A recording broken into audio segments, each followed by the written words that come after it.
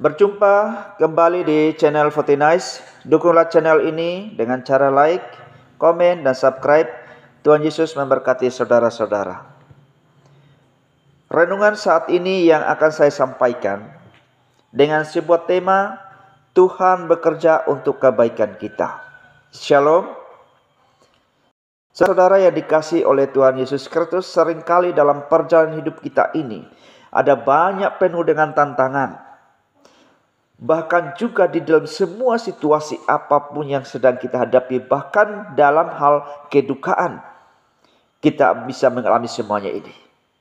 Namun sebagai orang-orang percaya, kita memiliki sebuah janji yang agung yang menjadi jangkar di jiwa kita, bahwa Tuhan selalu bekerja untuk kita. Di dalam Roma pasal 8 ayat 28 Tuhan berkata begini, kita tahu sekarang bahwa Allah turut bekerja dalam segala sesuatu untuk mendatangkan kebaikan bagi mereka yang terpanggil sesuai dengan rencana Allah. Saudara-saudara yang dikasihi dan berkati, hal yang pertama yang menjadi renungan bagi kita hari ini, yaitu kedaulatan Allah. Dikatakan Allah turut bekerja dalam segala sesuatu. Frasa segala sesuatu itu berarti bahwa tidak ada hal yang luput dari kendali Tuhan. Ini mencakup segala sesuatu, baik sukacita kita dan penderitaan, bahkan juga keberhasilan dan kegagalan, kekecewaan dan kehilangan. Di dalam Yesaya pasal 46 ayat 10 firman Tuhan berkata begini, yang memberitakan dari permulaan hal yang kemudian dan dari zaman purbakala apa yang belum terlaksana, yang berkata keputusanku akan sampai dan segala kehendakku akan kulaksanakan. Artinya apa? Bahwa Allah merencanakan di segala sesuatu dan tentu juga Allah juga yang melaksanakannya. Maka dalam Mazmur pasal 139 ayat 16 firman Tuhan berkata, matamu melihat selagi aku bakal anak, dan dalam kitabmu semuanya tertulis yang akan dibentuk sebelum ada satupun di antaranya. Jadi saudara-saudara, saya mau katakan bahwa hidup kita ini ada dalam rencana Allah. Di dalam kedaulatan Tuhan, dalam perencanaan Allah yang sungguh ajaib dan sungguh hebat. Jadi Allah bukan sekedar penonton pasif. Dia aktif, dia terlibat secara langsung. Dia mengelola, menuntun setiap detail hidup kita sesuai dengan rencananya yang sangat sempurna. Saudara-saudara yang dikasihi Tuhan, hal yang kedua yang dapat kita renungkan, tujuan Allah untuk mendatangkan kebaikan. Kebaikan Allah bukan selalu yang kita inginkan atau bayangkan secara duniawi.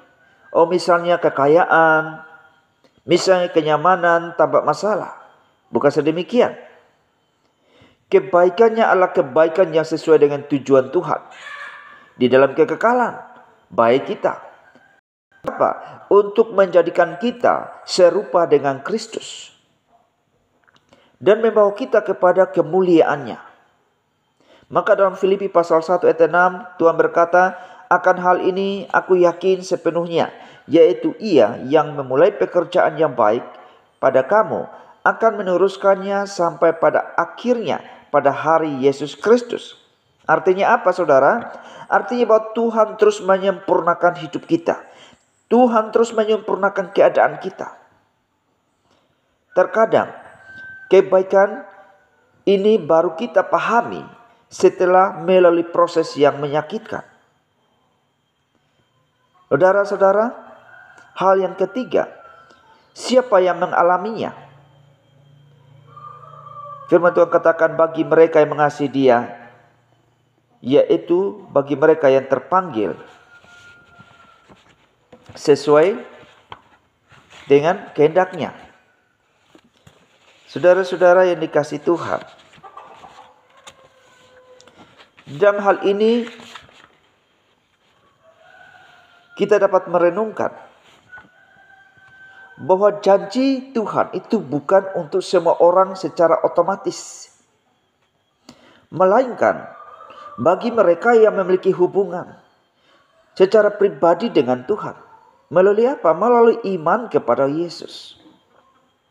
Mengasihi Tuhan berarti percaya kepadanya, mentaati firman-Nya, dan menyerahkan hidupnya dalam kedaulatan Tuhan, kedaulatannya yang berdaulat.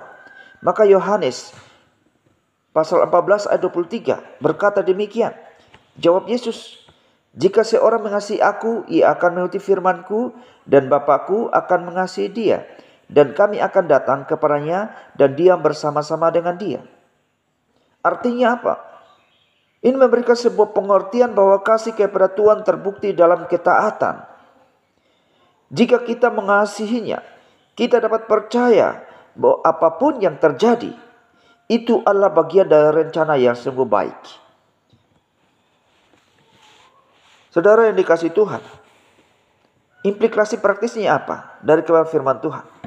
Yang pertama, penghiburan di masa sulit.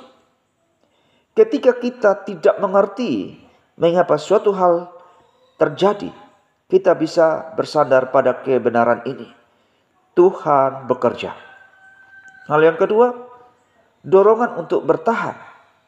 Ketahuilah bahwa setiap tantangan yang kita hadapi adalah bagian dari proses Tuhan untuk membentuk kita menjadi pribadi yang lebih baik serupa dengan Kristus. Hal yang ketiga, teruslah percaya. Ya, jadi panggilan untuk percaya. Kita harus percaya terus kepada Tuhan bahkan ketika jalannya tampak gelap.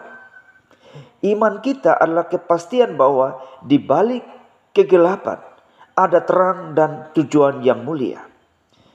Saudara-saudara yang dikasihi Tuhan, mari kita pegang teguh janji firman Tuhan dalam Roma 8 ayat 8 ini. Apapun yang kita hadapi hari ini atau esok, kita tahu bahwa Allah turut bekerja dalam segala sesuatu untuk mendatangkan kebaikan kita bagi yang mengasihi Dia.